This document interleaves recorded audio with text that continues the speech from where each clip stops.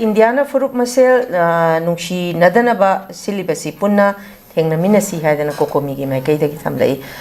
masi santa khoina any program any function chatpa matamda khoigi manipur gi hojik laiba conflict si matang de hek wari je ngangnarakpa matamda laiba manipur gi conflict si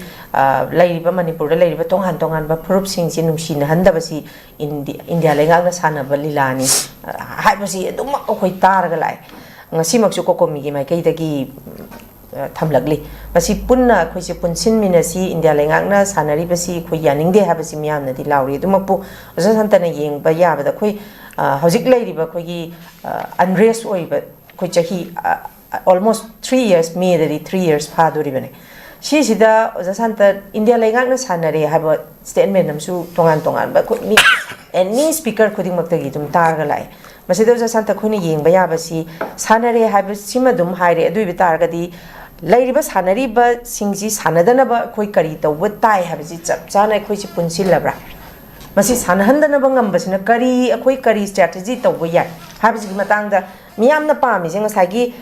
problem du mapukhala kanda problem du khatang nate ba solution je khoi kari tawba yai habagi strategy du ne ba pami se dubu oza santa gi mota kari kamaina thambi ba yai oza santa gi point of view tang thambi se khoi je kamaina tawge da ko political participation je haji iran da irang yam kan tawri dana ko iran je hajib leibagi hajib upaga nupi singsina keno da protest participate tawba ya de adegi mo isai sakpa ya de ma'am leigre ko ado ngasi ngarang iran je mi changwa mi lising hena makoi gi iran gi keno sina moi gi supreme leader sina mai order makada protest namdana bona da moina mi je ado gimde gyam hatokre ai tare even united nation da bawda masi gi exact masingama phabangam dri bane ko amain tawdana iran gi people sing sina local participation to raise political participation to raise sumaina akhoi gi level da akhoi gi khunai jiga chanaba political ideology da akhoi political participation ma tawbam change ko okay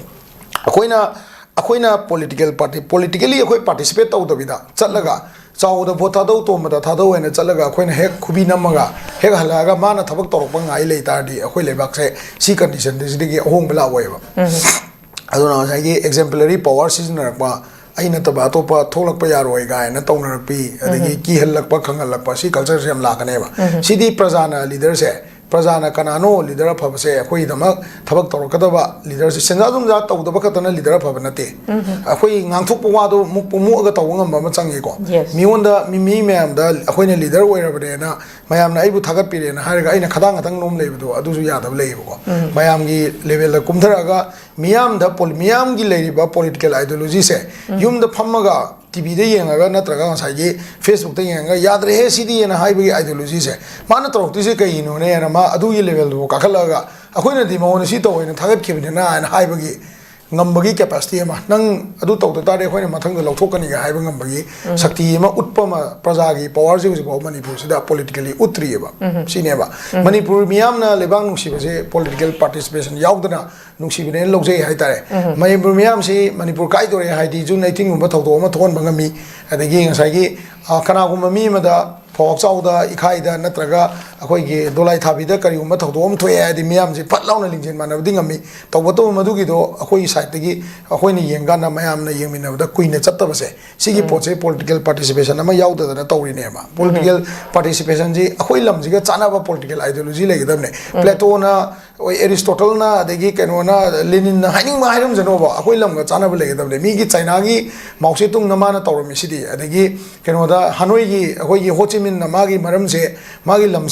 magi lam do chana na ba mong da lamdam du ko chana na ba mong da miyam pulan ba ya ba mong da rajniti politics ki ideology puthoga mai maram dam kalami sidi hoji vietnam je communist economy oita su madu communist oir su open economy ma oidana foreign investment me amla tna vietnam je me am chakhali sidi wari bo ba aduna akhoi gi lamdam ji ga chana ba political ideology ama tawdragadi bharat ki constitution ji gi makhada akhoi na hapchan ning ba lokthok ning ba amazu panjaram ge ko si matang sida arang prime minister narendra modi se bodo gi jagoi ma yengba stadium ma da chala ma yengi ada bodo gi top leader na mana hai ko bodo ekotu hoji fully function tawdri bodo ekotu fully implement tawhaninge na ma ngarang hai prime minister se nu eba adu video matek to ai ure ko adu da ngasai gi mi maram da mina masagi ideology da ꯃꯔꯝꯗꯝꯗꯨꯒ ꯆꯥꯟꯅꯕ ꯀꯝꯃꯨꯅꯤꯇꯤꯗꯨꯒ ꯆꯥꯟꯅꯕ ꯑꯥꯏꯗꯤꯑꯣꯂꯣꯖꯤꯗ ꯊꯕꯛ ꯇꯧꯔꯒ ꯆꯥꯎꯈꯠꯅꯕ ꯁꯤꯟꯕ ꯉꯝꯃꯒ ꯑꯄꯨꯟꯕ ꯃꯅꯤꯄꯨꯔꯒꯤꯗꯃꯛ ꯑꯩꯈꯣꯏꯅ ꯀꯩꯗꯧꯕꯒꯤ ꯑꯩꯈꯣꯏ ꯃꯌꯥꯝ ꯃꯥꯟꯅꯔꯒ ꯃꯅꯤꯄꯨꯔ ꯑꯄꯨꯟꯕꯒꯤꯗꯃꯛ ꯆꯥꯎꯈꯠꯅꯕ ꯈꯣꯡꯊꯥꯡꯁꯤ ꯊꯥꯡꯕ ꯀꯩꯗꯧꯕꯩ ꯉꯝꯃꯣꯏꯗꯣꯏꯅꯣ ꯔꯤꯖꯅꯦꯜ ꯄꯣꯂꯤꯇꯤꯀꯦꯜ ꯔꯤꯖꯅꯦꯜ ꯍꯥꯏꯕꯗꯤ ꯏꯟꯗꯤꯌꯥ ꯒꯣꯔꯃꯦꯟꯒ ꯊꯦꯡꯅꯔꯁꯦ ꯍꯥꯏꯕ ꯅꯠꯇꯦ ꯑꯩꯈꯣꯏꯁꯤꯗ ꯀꯝꯃꯨꯅꯤꯇꯤ ꯌꯥꯝꯕꯅꯤꯅ ꯀꯝꯃꯨꯅꯤꯇꯤ ꯃꯌꯥꯝꯁꯤꯕꯨ ꯑꯦꯁꯤꯃꯤꯂꯦꯠ ꯇꯧꯔꯒ ꯄꯨꯟꯁꯤꯜꯂꯒ ꯄꯨꯕ ꯌꯥꯕ ꯄꯣꯂꯤꯇꯤꯀꯦꯜ ꯑꯥꯏꯗꯤꯑꯣꯂꯣꯖꯤ ꯍꯩꯕ ꯈꯪꯕ ꯃꯣꯏꯒꯤꯁꯨ ꯈꯔ ꯇꯥꯕ ꯑꯩꯈꯣꯏꯁꯨ ꯈꯔ ꯇꯥꯕ ꯌꯥꯅꯕ ꯑꯃ ꯇꯧꯔꯒ ꯑꯀꯟꯕ ꯈꯨꯟꯅꯥꯏꯒ ꯊꯦꯡꯅꯕ ꯉꯝꯕꯒꯤ ꯑꯥꯏꯗꯤꯌꯥꯗꯣ ꯂꯥꯛꯇ꯭ꯔꯤ ꯐꯥꯎꯗꯤ ꯑꯩꯈꯣꯏ ꯄꯨꯟꯁꯤꯟꯕꯒꯤ ꯋꯥꯐꯝꯁꯦ ꯈꯤꯇꯪ ꯋꯥꯒꯤꯅꯦꯅ ꯁꯨꯃꯥꯏꯅ ꯊꯝꯖꯒꯦ Okay, thank you very much.